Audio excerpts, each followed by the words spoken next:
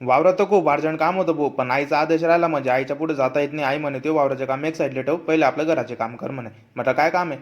आणि गच्चीवर पाहत होता आपला डायक पहिलवान तर मजा घेत होता ना, येऊ द्या म्हणे कोण्या.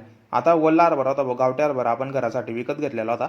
त्याला डायरेक्ट ऊन दाखवायचं होतं, मग घेतला गोण्या चढवल्या, बजरंगबलीचं नाव घेतलं. आणि याला म्हटलं तू एक काम कर, मस्तपैकी तू ऊन वगैरे दाखवतो, पर्यंत मी मंडळींना आपलं गाव वगैरे दाखवतो. असं पण मंडळींना आपलं गाव वगैरे पाहिलेलं नाही. आणि आपले घर मस्तपैकी वावराच्या आजूबाजूलाच बरं का भाऊ.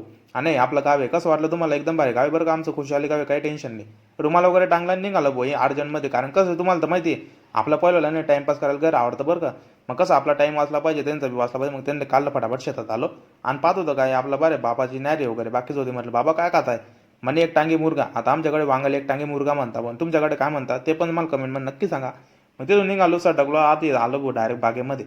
आता तुम्ही म्हणता आता हे विषय काय आहे? तर विषय असा आहे की आपण जे पत्ते वगैरे जमा केलेली होती ही आता गडाला लावणे चालू आहे. कारण कसं ऊन तर लय खतरनाक पडतंय. आणि ऊन कधी दंडाला लागलं तर दंडा काढा पडीन, कलर शायनिंग वगैरे सर्व डायरेक्ट छू मंतर होऊन जाईल. त्यापेक्षा थोडीशी मेहनत घ्या भाऊ आणि गड झाकणं चालू करा. त्यामुळे आमची एवढी मेहनत चालू होती. मग तिथून निघालो, म्हटलं चला तुम्हाला पण दाखवतो आपण जे गोमतीर वगैरेचं खत वगैरे तयार केलं होतं या दोन्ही भागांसाठी सोडणं चालू होतं. आणि तिथे होते आपले भाऊ.